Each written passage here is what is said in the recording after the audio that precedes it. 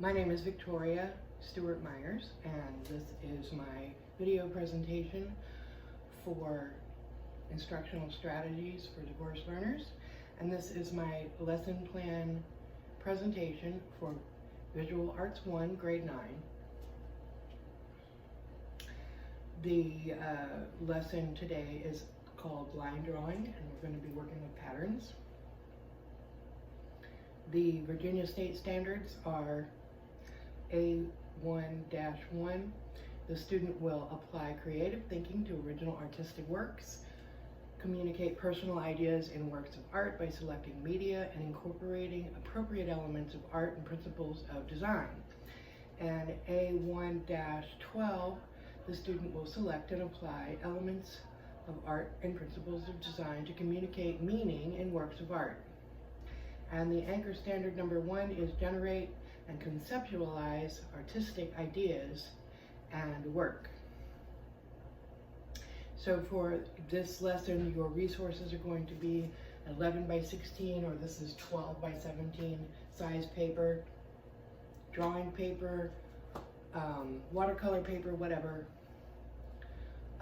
You're going to use graphite pencils, colored pencils, rulers. You could use markers, you could use paint. There's different things that you could use. You're going to need some sort of a straight edge, a variety of round lids and cups and different sizes to trace. So I'm going to get started with my lesson. Hello, 9th graders. How are you today? Welcome to my Visual Art 1 class for 9th graders, where we're going to be doing a project involving line and abstract art. And for this project, you're going to want some paper that's at least 11 by 16. This is 12 by 17. This is a little bit bigger. You could use really big paper, or what you want. Something that's big enough to work with for this. Eventually you might want to try something with some really small paper, but for today, let's do something on big paper. This kind of paper, this that I'm using, this is called canvas paper. It's a little heavier. It has a nice supple feel, like cloth sort of. You can use Bristol paper, you can use watercolor paper, you can use construction paper. You could use printed paper if that's all you had, but if you're at home like me, you use what you have, right? So maybe you don't have an easel. Maybe you tape your paper to the wall, or maybe you just use the table or the floor, or maybe you have a drawing board or a lap desk and you do it on your lap. Whatever you're comfortable with is fine. You see, I have what might look a little bit complicated, but it's not. My drawing board has got charcoal all over it, and I don't want my art to get dirty. So I put a piece of newsprint, taped that on there, and then I taped my canvas paper on top of the newsprint to protect it from the charcoal and keep it clean and neat. So then you're also going to need a straight edge, a ruler, or something to make lines with, straight lines. And you're going to need, of course, your pencil or a pen or charcoal or whatever you enjoy using. I even had an idea about tape. We'll talk about that in a minute. And then you're also going to want to have several different shapes and sizes of round things that are round that you can trace around. So this is a water jug lid. This is a takeout container lid. Container would have worked too. This is a Glad lid, you know, that your mom might have in the cabinet. This is a coffee can lid. This is a larger coffee can lid. This is a glass, has a nice circle there. There's a smaller glass with a nice circle. Plastic cup. I also have a bowl. This is a bowl. It has a nice medium-sized round And I even have a plate. So you see here that last one I made with the plate. So the first thing you're going to do is you're going to take your straight edge and you're going to take your pencil and you're going to want to draw somewhere from 12 to 16 straight lines, and they need to go from one edge of the paper to the other. Don't draw from here to halfway and stop. Don't do that. You want to go from one edge of the paper to the other. Now, you have the option here. You can try to plan this out, or you can just randomly put your lines on the paper and see what happens. Because this is abstract. Abstract art is different from representational art. Who knows the difference?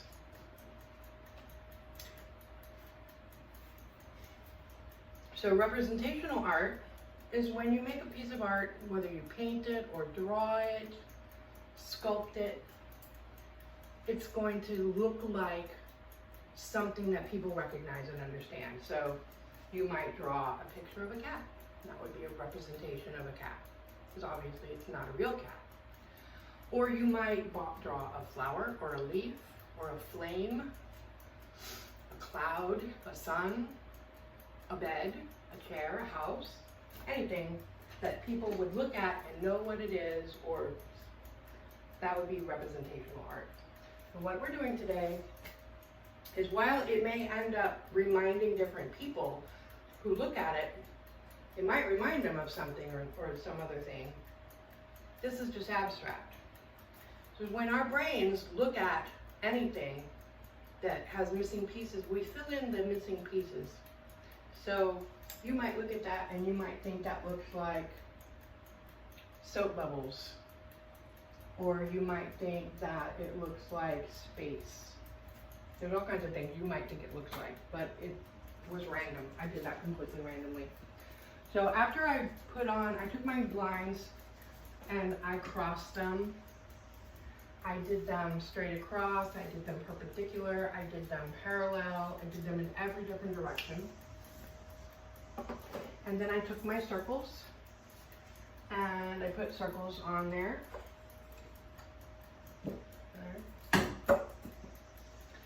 And just different shapes and or different sizes of circles I put on there. Put another circle just for the heck of it.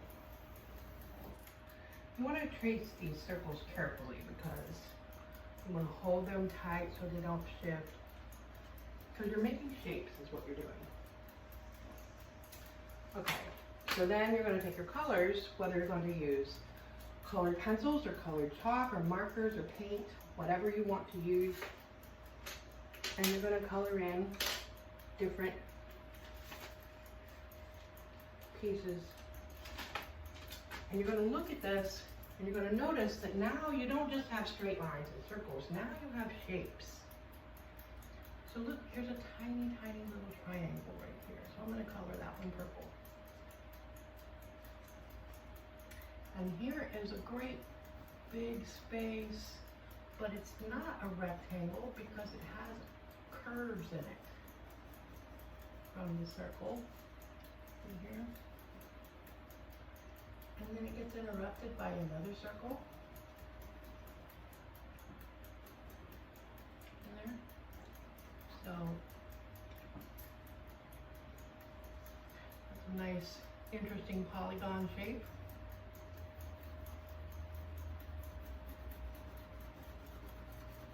I'm going to color that in. Now you might want to use different kinds of paper. You might want to use colored paper, colored construction paper, black paper, gray Bristol paper is very nice. You want to think about the direction that you're coloring your shapes. What is it going to look like when you are finished with it? Is it going to look like a big scribble in every direction? Or is it going to look like cross-hatching? Or is it going to look smooth and completely filled in? You want to think about those things as you're creating your art today. So imagine that you take your tape, okay? I have this skinny tape here. You can even get skinnier tape. Washi tape is pretty skinny. What if I took my tape and I put tape in different directions, right? On white paper or black paper or colored paper. And then I colored in my sections, my shapes. And then when I was all finished, I removed the tape. And then I had white lines or black lines or colored lines or whatever lines. That would be an interesting way to do that. So there's all different ways that you can make this happen. And I'd like to see if you wanted to take and try different ways. Do one piece on white paper and then do another piece on colored paper and then do another piece on black paper. Do one piece with paint. Do one with crayon. Do them in different ways and different shapes and explore how you want these to work together. So I used, my colored pencils are watercolor pencils. You don't have to use that. You can use anything you want. But that's why I used this sticker paper, because I was going to apply some water to it. I wanted to see, I haven't tried this yet, so I wanted to see how it was going to work. If you'd like to join me, see what happens.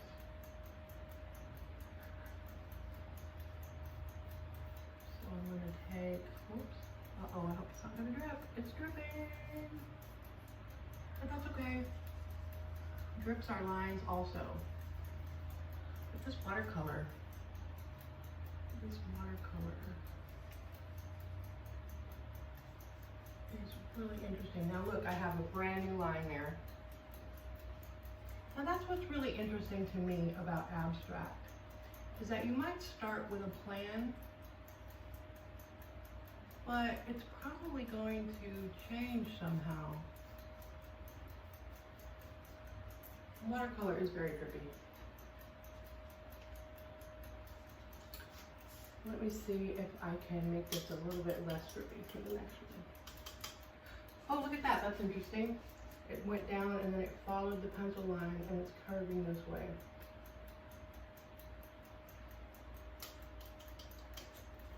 See, the whole point here is to be creative. See what happens. Art is fun. And you can use your imagination and try to create something that evokes a certain feeling. So one way to do that is with the direction of your lines. I don't know if you've ever thought of this, but imagine that all the lines that I drew were just straight up and down. There's 16 straight up and down lines. Well, that would create tension because they're so straight up and down. And then my circles, when I put circles on top of those, that might break it up. That would take some of that tension away. Now, if I was to use all diagonal lines going in one direction, well, that's going to create movement. Look at what happens. If I have lines, it's just like my hands are moving. My drawing is moving, and it's creating movement. Vertical lines can also be powerful, strong. So let's think about what are we trying to say with our piece?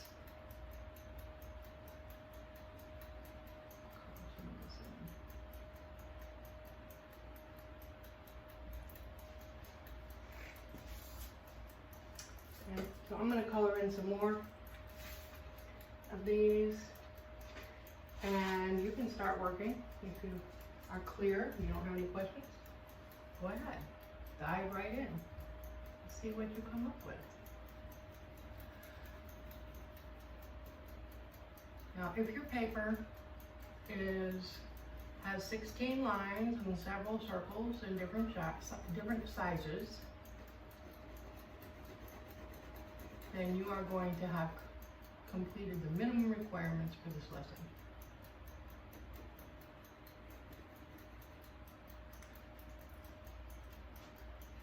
If your paper has 3 or 4 lines, 1 or 2 circles, or some such variation on that, then you will have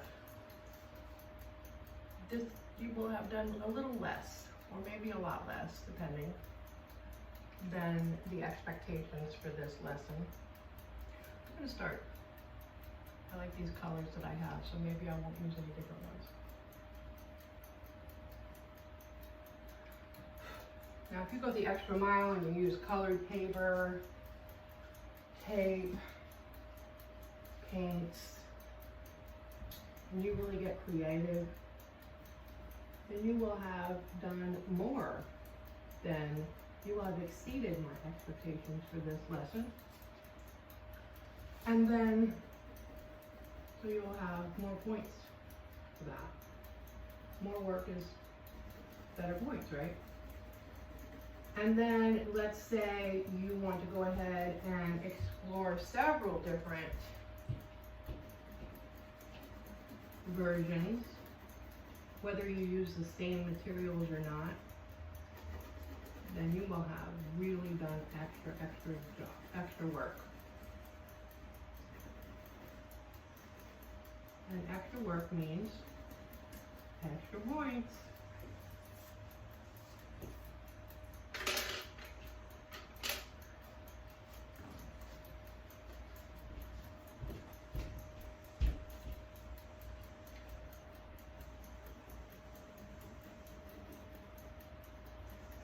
So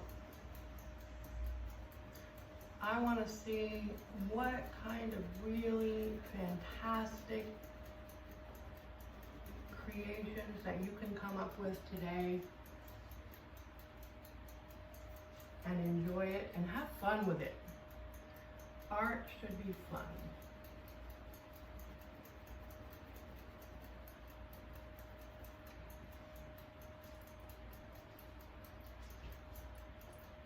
Thank you for being very attentive today, and send me your work.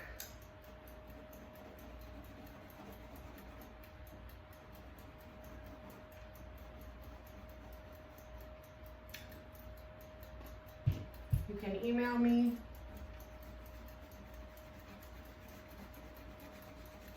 pictures of your work, and I'll see it, and maybe I'll have time to make comments about it.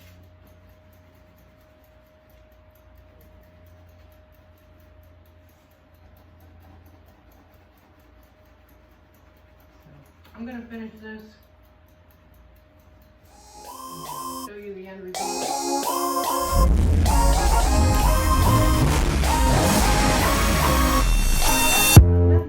You hear them calling, shouting your name. Turn up the collar and walk away. Feels like you're falling, now who is to blame? Wishing you'd only be more like them. Over and over, you cry yourself to sleep, and you're colder, much colder. If only you could see. Don't you know that you're beautiful, just the way you are, just the way you came? Don't you know that you're beautiful, no matter what the scars, no matter what they say? And we'll shout it out, louder, prouder. Ain't no one gonna hold us down, 'cause you know that we're beautiful, just the way we are.